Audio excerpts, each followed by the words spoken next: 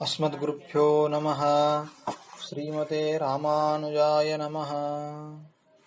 श्री श्री 1008 श्री स्वामी जी श्री सीतारामाचार्य जी महाराज के दिव्य प्रवचन श्री नित्य लीला ग्रंथ 15वां भाग, दिनांक 17 फरवरी 1945।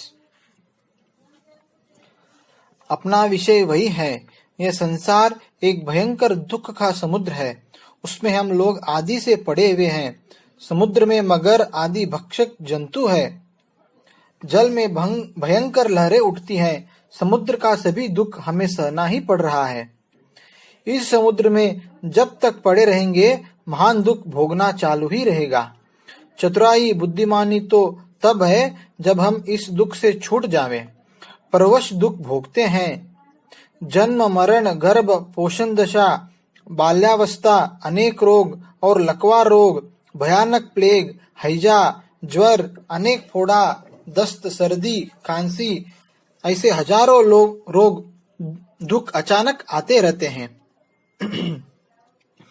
जवानी के बाद बुढ़ापा तो एकमात्र दुख भोगने के लिए है। मृत्यु आती तो किस प्रकार के घोर कष्ट से शरीर छुड़ाती है, सहज नहीं है। आग में जलना, नदी तालाब कुआं के जल में और कहीं भी गिरकर चोट लगना, ऐसे ऐसे भय और दुख शत्रु कष्ट धन जन नाश होना, जहरीले जंतु और विषपान का दुख, ऐसे हजारों महान दुख सब शरीरधारियों के पीछे लगे हुए हैं। बड़े महात्मा लोग तथा शास्त्रों का समझा कर कहना है कि संसार सागर से उद्धार कर लेना चाहिए। इसीलिए यह मनुष्य शरीर भगवान की कृपा से हमें मिला है। संसार के माया मोह में पड़े रहना, ऐश गैश आराम के लालच से संसार के व्यवहार को करना बुद्धिमानी नहीं है।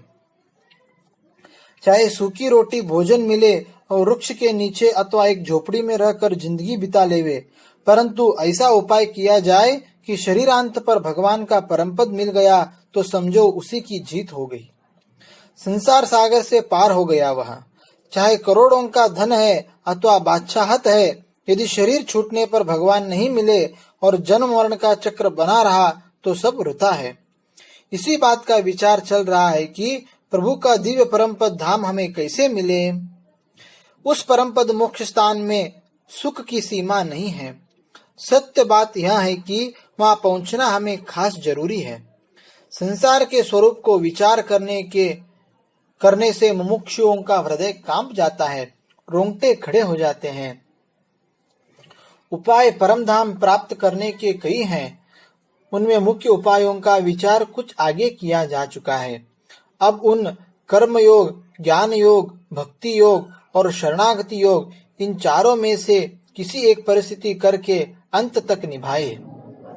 जब स्याही तैयार करते हैं तब उसको किसी रद्दी कागज पर लिख कर देखते हैं कि अच्छी बनी या नहीं। अच्छी बनने पर तो ग्रंथ लिखा जा सकेगा। 4 उपाय में 3 तो सर्वथा ही कठिन है और शरणागति सुलभ है। जिनको जो जचे सो करे, उनका स्वरूप समझाकर बता दिया गया है। हमें जो जरूरत नहीं है कि व्यर्थ की चमत्कारिक कोई बात करके अमूल्य समय गंवाएं। हम तो ऐसा कहते हैं कि थोड़े ही में हम सब बातें समझ में आ जावे। हमारा उपदेश उन मुमुक्षुओं के लिए है जिन्हें भगवान से मिलने के लिए हृदय में उच्चाटन होता है। शास्त्रों में बहुत कहा गया है कि रीते ज्ञानान मुक्ति, अर्थात ज्ञान होने पर ही मुक्ति होती है। यह शास्त्र वचन यथार्थ है, परंतु इसका भावार्थ बहुत ऊंचा है। सब कोई समझ नहीं सकते। ज्ञान तो अनेकों प्रकार का है। उन ज्ञानों में कौन सा कैसा ज्ञान ग्रहण किया जाए कि जिससे मुक्ति हो सके। पहला विशेष और दूसरा सामान्य ज्ञान, ये 2 हैं। शत्रु मित्र घर धन कुटुंब करवा मीठा इत्यादि सांसारिक व्यवहार को सामान्य ज्ञान कहते हैं। सब जीव मनुष्य पशु पक्षियों को भी सामान्य ज्ञान होता ही है। बंदर कुत्ते सुअर बिल्ली और गाय तथा सर्प आदि शरीरधारी जीवों में अपने बच्चों का पोषण रक्षण करना, अपनी जमात बना करके रहना, अपनी जमात में दूसरे घुस जाने वाले को भगाना इत्यादि सामान्य ज्ञान होता है। और विशेष ज्ञान यह है कि अपने स्वरूप का ज्ञान, स्वरूप के अनुरूप कल्याण का कौन सा मार्ग है, विरोधी तत्व कौन से हैं, सुलभ और कठिन क्या है, परमात्मा क्या है इत्यादि सब जानना ही विशेष ज्ञान है। लाखों वर्ष सैकड़ों जन्मों में भी यह नहीं जाना जावे, स्वयं प्रयत्न से नहीं जान सकते। जब भी जाना जावेगा सद्गुरु कृपा से ही जाना जावेगा। जियत प्रभु न मिले सोधिक साधन पंत, इसी जन्म के अंत में मोक्ष मिले ऐसे मार्ग में परिस्थिति करना है। आगे मिलने वाले नायक प्रभु यहीं पर इसी शरीर से मिले। विवाह के पहले सगाई हो जाने के बाद लड़का अपने ससुराल घूमने जाता है तो वहां पर अपनी होने वाली धर्म पत्नी को देखना, उससे मिलना जुलना, कहना सुनना भी होता है तो उसमें कितना अधिक आनंद मिलता है, जो कि विवाह के बाद वैसा आनंद मिलने पर नहीं प्राप्त होता। बहुत से यही कहते हैं कि मरने पर भगवान मिलेंगे, जीते जी नहीं मिला करते। ऐसा कहना तो भयंकर नास्तिकता से भी बढ़कर है। मरने पर ही मिले ऐसा क्यों? जब प्रभु सर्वत्र है, जीते जिंदगी उस परम तत्व भगवान से मिले नहीं तो फिर उस मनुष्य को क्या कहें? वह तो देखने मात्र का मनुष्य है, उसके हृदय ही नहीं है। यहाँ भगवान से मिले बिना किसी भी सहृदय आस्तिक का जीव कैसे नहीं घबराएगा? हमें विवेचन कर लेना है कि सुगमवाद और अगमवाद दो है। अगमवाद जिस साधन से जिंदगी के अंत में भगवान का परम पद नहीं मिले, ऐसे उस साधन को जड़ मूल से त्याग कर देवे, प्रभु का संस्पर्श होवे, जीते जी यहीं पर प्रीतम प्यारे मिले, ऐसा जो सुगम मार्ग है उसका विचार कर उसे ग्रहण करे। त्रय उपाय को साधन रूप मानकर करने वाले साधकों में जड़ भरत का एक प्रसंग बताया जा चुका है।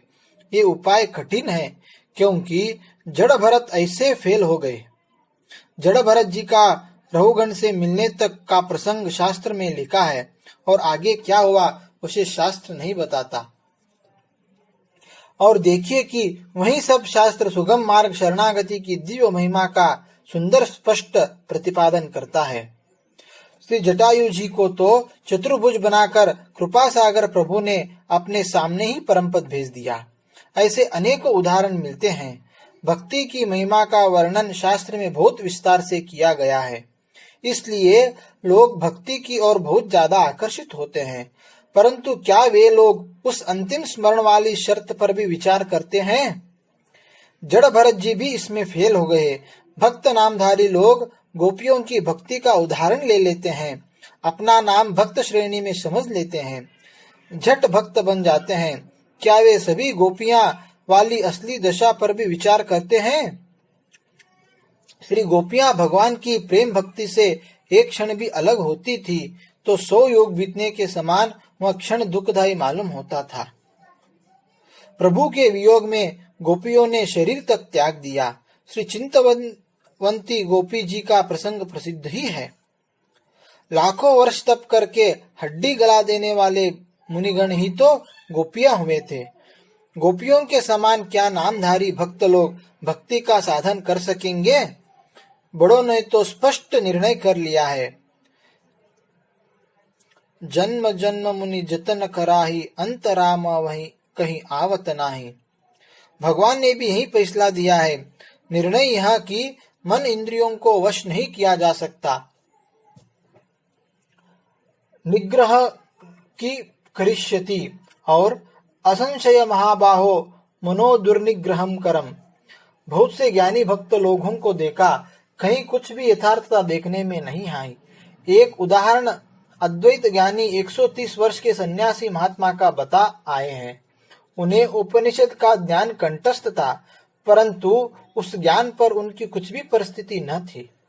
जमीन छोड़कर मकान जहां पर बनेगा, बिना जड़ का वृक्ष कैसे जीवित रहेगा? मन इंद्रिया जीत कर कर्मयोग करना और स्वतंत्र संसार में ब्रह्म का दर्शन करना, ऐसा ज्ञान योग करना और अखंड तैल धारावत स्मरण करते हुए मरना, ऐसा भक्ति योग सिद्ध करना, यह तो मुंह से बोल लेना इतना ही भर है। परिस्थिति करना तो लाखों करोड़ों में कोई एक का काम है। श्री गोस्वामी जी कहते हैं, जानिए तब वह जीव जगा जग, जग सब विषय विलास विरागा। श्री तुलसीदास जी रोते हुए भगवान से प्रार्थना कर कहते हैं कि मेरो मन हरिहट नहीं तजे, फिर खलपति ही भजे। विनय पत्रिका का पूरा पद कहे। यह सब स्वतंत्र साधन करने वालों की सुक्ति है। कृपा मार्ग वाले शरणागतों का भिन्न ही मार्ग है। शास्त्रों में तो बहुत उलझन भरी है।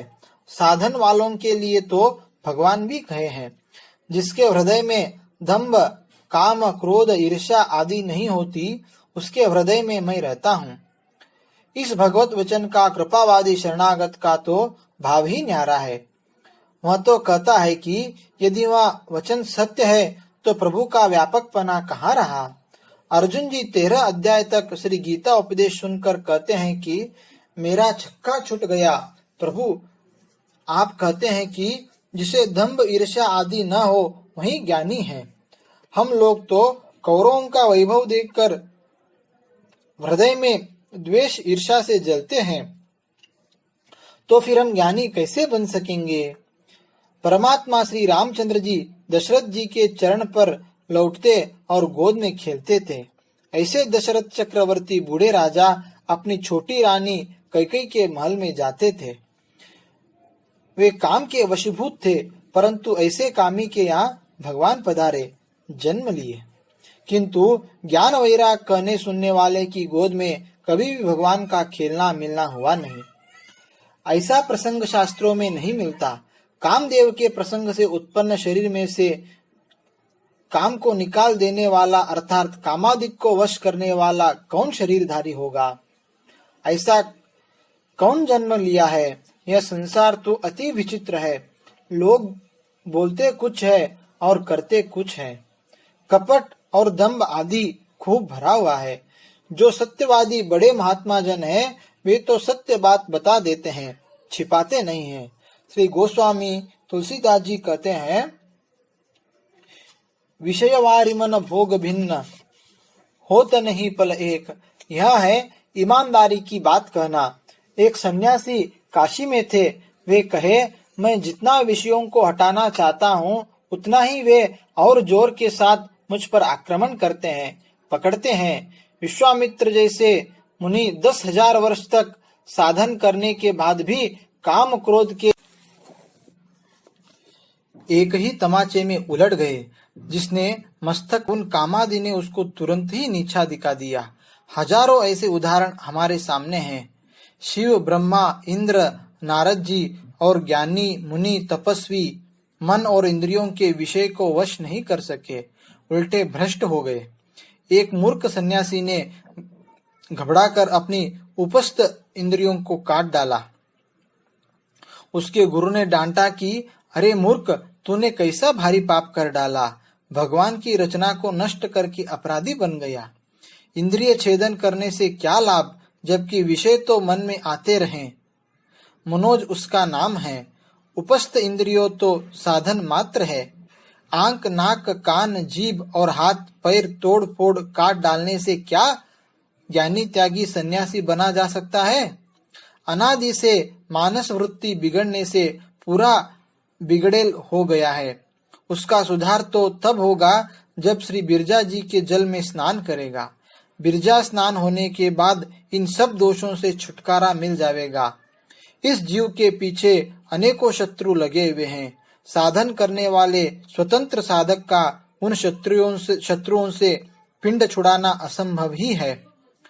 काम शत्रु से किसी प्रकार बच गए तो क्रोध, लोभ आदि के आक्रमण से नहीं बच सकते। श्री मानस रामायण उत्तर कांड में मानस रोगों का सुंदरता से वर्णन किया गया है। जब तक यह प्राकृत शरीर है, उसी के साथ ये सब विकार बने रहेंगे, अलग नहीं हो सकते हैं। कृपावादी शरणागतों को भगवान की रचना से शत्रुता अथवा विरोध भाव नहीं होता। उसकी समझ तो अति निराली है। वह समझता है कि जब बूढ़े कामुक दशरथ जी और बूढ़े नंद यशोदा जी के गोद में भगवान पधारे हैं, तो फिर वे कृपा सागर हरि ही हमें चाहिए। हम जहाँ हैं, जिस हालत में हैं, प्रभु मिलना चाहिए। प्रभु हमारे पिता है, पुत्र से दुराव कैसा। यह कृपा शरणागति है। हमको सरयू तट पर प्रगट भगवान का मिलन हुआ। प्रभु का श्रीमुख वचन है कि अभ्यास और वैराग्य के भरोसे पार नहीं लग सकते। हाँ, दशा विशेष में विकार कुछ दब से जाते हैं, दशा विशेष सदा बनी रहती है। श्री स्वामी जी का मंगल हो, श्री लाल जी का मंगल हो। जय श्रीमन नारायण।